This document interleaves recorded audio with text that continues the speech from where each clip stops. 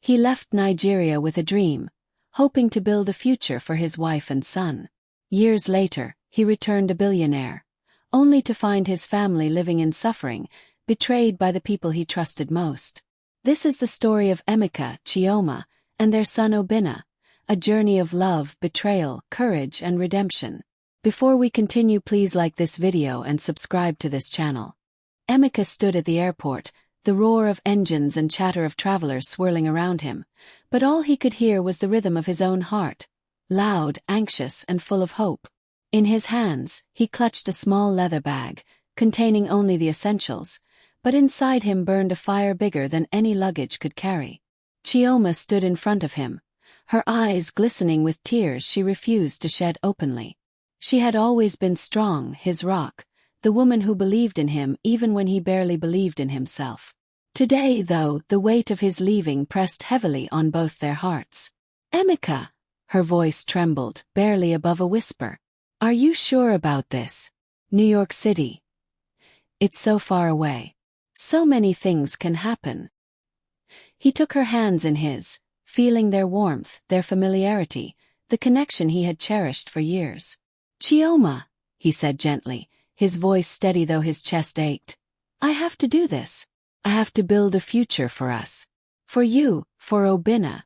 She blinked rapidly, holding back tears. I just don't want to lose you." "You won't lose me," he assured her, kneeling slightly to meet her gaze. "I promise you, I will return. Not just with money, not just with success. I will come back with a life we both deserve. A life where nothing ever hurts you again." Her hands tightened around his, as if trying to hold on to him through the uncertainty. "Promise me, you'll come back safe." Emeka pressed his forehead against hers, inhaling her scent, memorizing her face, committing every detail to memory. "I promise. No matter what happens, I will return to you. I will not fail you." Behind him, the plane's departure gate loomed, a silent reminder that the world beyond Enugu was waiting, vast, unknown, and full of challenges he could not yet imagine. Before leaving, he embraced Chioma one last time, pressing his lips to her forehead. "Take care of Obinna for me. Teach him right. I'll come back, and we'll never struggle again." Chioma nodded, her tears finally spilling freely. Obinna, their young son, clung to her skirt, looking up at Emeka with wide, innocent eyes. He did not fully understand the journey his father was about to take, but he felt the sadness, the love, and the promise in his father's voice. Emeka turned slowly toward the boarding gate, each step heavier than the last. With every step, he carried not just luggage, but dreams, hopes, and the weight of a family's future on his shoulders. As the airplane lifted off into the clouds, he looked down at the patchwork of homes below, at the familiar streets of Enugu. He whispered a vow that echoed in his heart more clearly than the roar of the engines. "I will return. I will make this right. I will never let anything hurt my family again." Little did he know the journey ahead, in the bustling streets and towering buildings of New York City, would test his strength, his faith, and his love in ways he could never imagine. New York City was nothing like Nigeria. Its towering skyscrapers, endless streets, and the constant buzz of a foreign language made Emeka feel small, invisible, and unprepared. Every day was a battle, a test of endurance, patience, and courage. The first weeks were brutal. Jobs were scarce, and the ones he could find were backbreaking and low-paying. He cleaned offices late into the night, carried heavy crates in freezing warehouses, and ran errands that left him sore and exhausted. Some nights, he slept on hard benches in cramped, noisy rooms, shivering under thin blankets, clutching his small bag as if it held all the fragments of his hope. Yet, despite the fatigue and loneliness, Emeka refused to let despair take hold. Every time he closed his eyes, he pictured Chioma's smiling face and Obinna's innocent laughter. That vision alone gave him the strength to keep moving, to keep striving, to keep fighting. But the loneliness cut deeper than any backache or blister. He missed home, the aroma of jollof rice cooking in their small kitchen, the familiar chatter of neighbors in Enugu, the warmth of Chioma's embrace, the feel of Obinna's tiny hand in his. Every letter he wrote, every call he attempted, was a lifeline to the family he loved. Yet often the network failed, the lines went dead, and silence swallowed the connection he so desperately sought. One evening, after an especially grueling 12-hour shift at a warehouse that left his muscles trembling, Emeka collapsed onto the narrow bed in his tiny rented apartment. He stared at the ceiling, imagining Chioma tucking Obinna into bed, reading him a story, singing him to sleep, and the pang in his chest was unbearable. "Just a little longer," he whispered to himself. "I'll endure this. I'll suffer now so they can live well later. I will not fail them." Even in the harshest moments, Emeka found small victories. He learned the language, navigated the vast, unfamiliar streets of New York City, and discovered ways to earn a little more each month. Sometimes a kind smile from a neighbor or recognition from his boss reminded him that progress, however small, was real. But the worry about his family never left him. He called Chike regularly, trusting his brother to provide for Chioma and Obinna while he built a future for them. Chike's reassurances were always the same. "They are fine, Emeka. Don't worry. Just focus on your work. Everything is okay." Emeka wanted to believe him. He wanted to let himself rest for just a moment. But deep inside, a seed of doubt had been planted, a quiet whisper that something wasn't right. And yet, he pushed it away, focusing on the bigger picture. Success abroad, a future secured, a family he could lift from struggle forever. Months turned into years. Every day remained grueling, but each small step brought him closer to his dream. His hands bore the scars of labor. His back ached constantly. But in his heart, he carried the warmth of Chioma's love and Obinna's innocence. That alone made every hardship bearable. Sometimes, late at night, he wrote letters he could never send, imagining Chioma reading them, telling her about his day, his struggles, his victories. He poured his heart onto the paper, longing to bridge the distance with words that never reached their destination. And even when despair threatened to crush him, Emeka's vow rang louder than the pain. "I will return. I will not fail them. I will make everything right." Little did he know, the distance, the lies, and the hidden struggles of his family in Enugu would soon challenge him in ways no amount of wealth, courage, or determination could prepare him for. As the months turned into years, Emeka's hard work in New York City began to bear fruit. Slowly, steadily, he climbed the ranks. His diligence, determination, and honesty caught the attention of his employers, and before long, he was entrusted with greater responsibility. The dream he had carried in his heart for so long, to lift his family from hardship, seemed closer than ever. Yet, amidst the small victories, one thought haunted him constantly. His family back in Enugu, Chioma and Obinna, were far away, and he had no way of checking on them every day. Network issues, poor connections, and the vast distance made regular communication nearly impossible. He had to trust someone to care for them in his absence, and that someone was his brother, Chike. Emeka had always trusted Chike. They had grown up together, shared dreams, and supported each other through every trial. "He will take care of them," Emeka told himself repeatedly. "He will make sure they are safe. Nothing will harm them while I am away." And so, with a mixture of relief and anxiety, Emeka handed over the responsibility. He sent money regularly through Chike, for groceries, bills, school fees, and little comforts he wanted for his family. Every wire transfer, every note he sent, was a silent message of love, care, and hope. "Take care of Chioma and Obinna," he told Chike during a rare phone call. "Don't let them suffer. They are everything to me." Chike smiled over the phone, nodding confidently. "Relax, Emeka. I've got everything under control.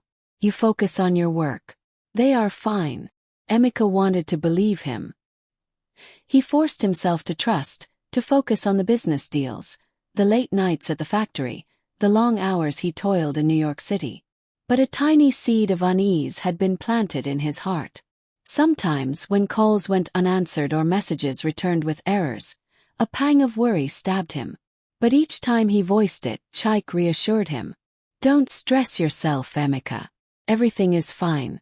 I promise. And so Emeka worked harder.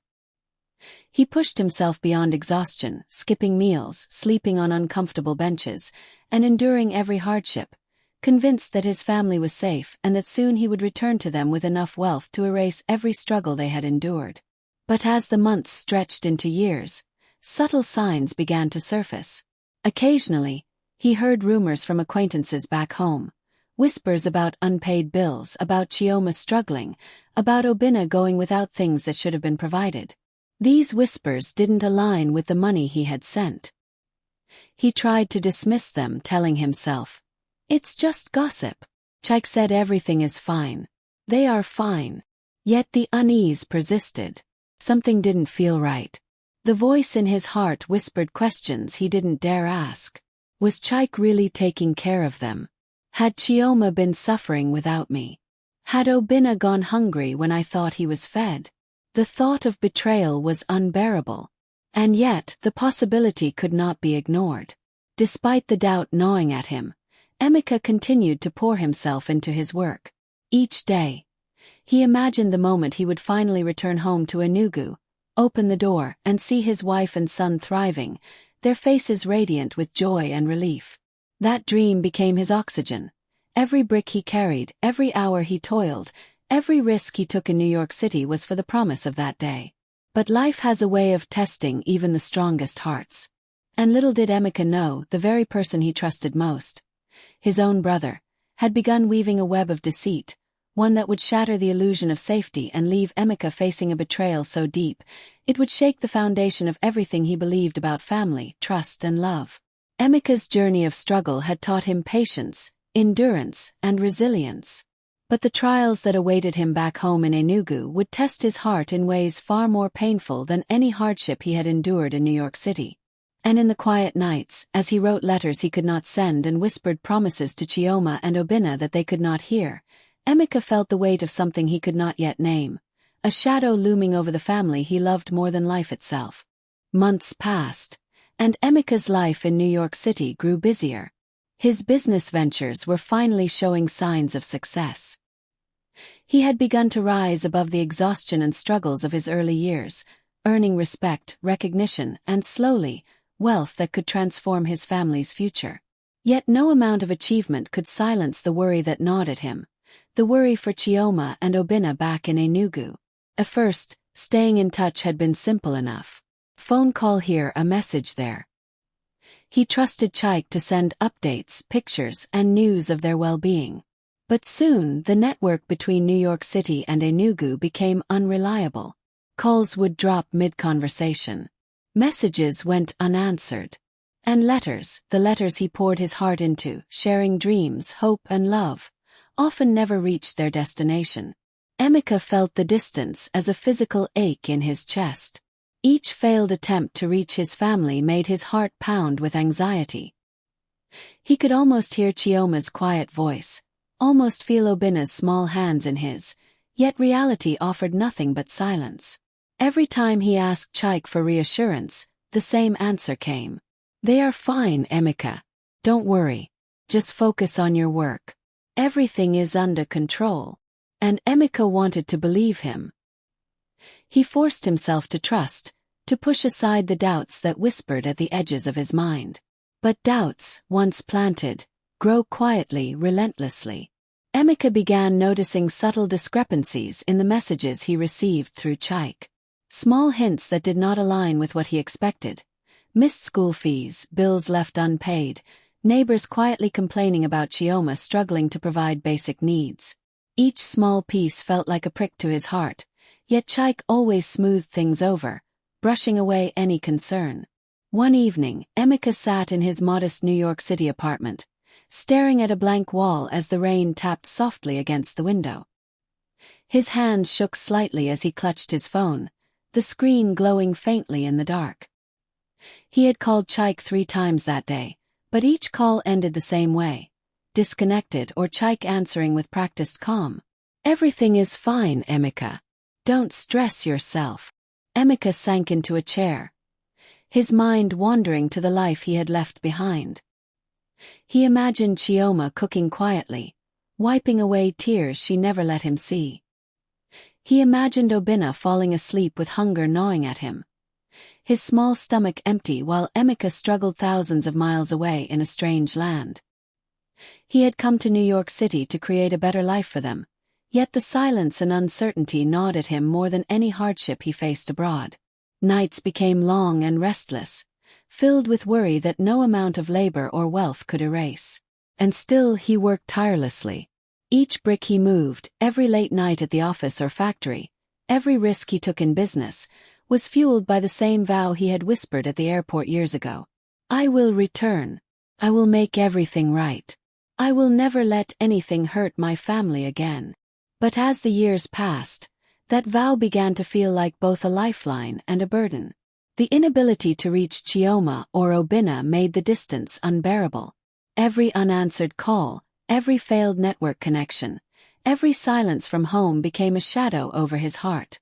Emeka had begun to realize that wealth alone would not be enough. He could become a billionaire, gain respect, and live in luxury, but nothing could soothe the anxiety gnawing at him, the nagging fear that his family had been left unprotected, vulnerable, and suffering in ways he could not see or fix. The thought of betrayal crept quietly into his mind. Could Chaik, the brother he trusted, truly have taken care of them as promised? Or was there something darker, hidden beneath his calm reassurances? Emeka could not know yet.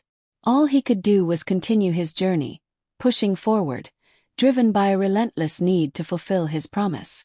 Unaware that the real test, the one that would break and rebuild him, waited patiently in the heart of Enugu, where silence, lies, and secrets had been quietly festering for years. Years had passed since Emeka first left Enugu. The streets of New York City, once intimidating and foreign, now felt almost familiar. He had endured exhaustion, loneliness, and betrayal from life itself, and yet he had thrived. The small earnings of his early days had multiplied, opportunities seized, and obstacles overcome. He had become a man of wealth and power, a billionaire, respected and admired in a city that once made him feel invisible. Yet, none of that mattered when his heart ached for the family he could not reach. The network that had once connected him to Chioma and Obinna had grown unreliable over time, then finally disappeared entirely. Calls failed. Messages bounced. Letters never arrived. Emeka's heart twisted every time he tried to imagine what might have happened. He remembered the first time a call failed mid-conversation, and the quiet panic that followed. Then came weeks without updates, then months.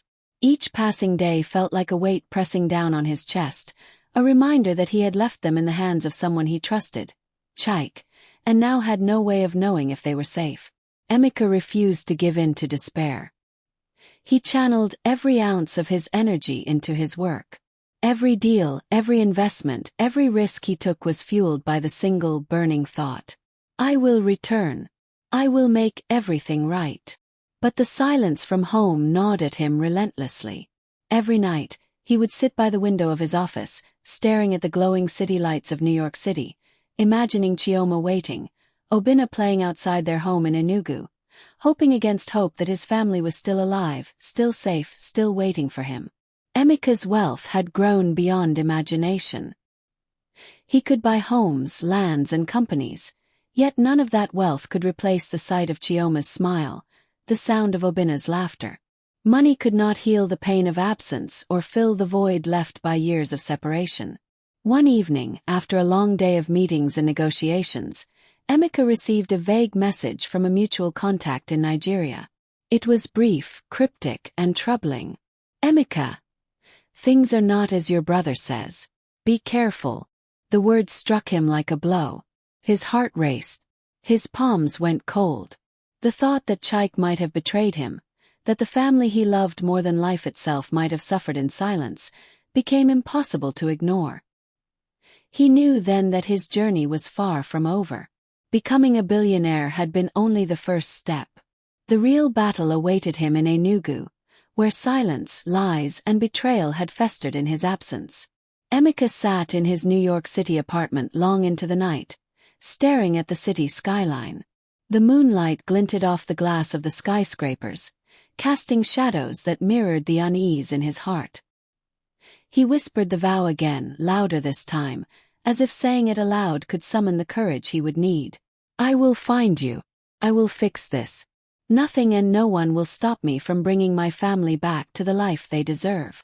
And with that vow, he made a decision. The next flight back to Nigeria would carry not just a billionaire, but a man on a mission. A man ready to face betrayal, uncover painful secrets, and fight for the love and family that had been the guiding light of his life. The journey ahead would test him in ways he could never have imagined, and the truth waiting for him at home would shake the very foundation of his world. Would he find Chioma and Obinna safe? Or had the years of silence cost him the family he loved most? The answers awaited him in part 2. If you enjoyed this story so far, like this video and subscribe to the channel so you won't miss part 2, where Emeka returns to Enugu and uncovers the shocking truth about his family.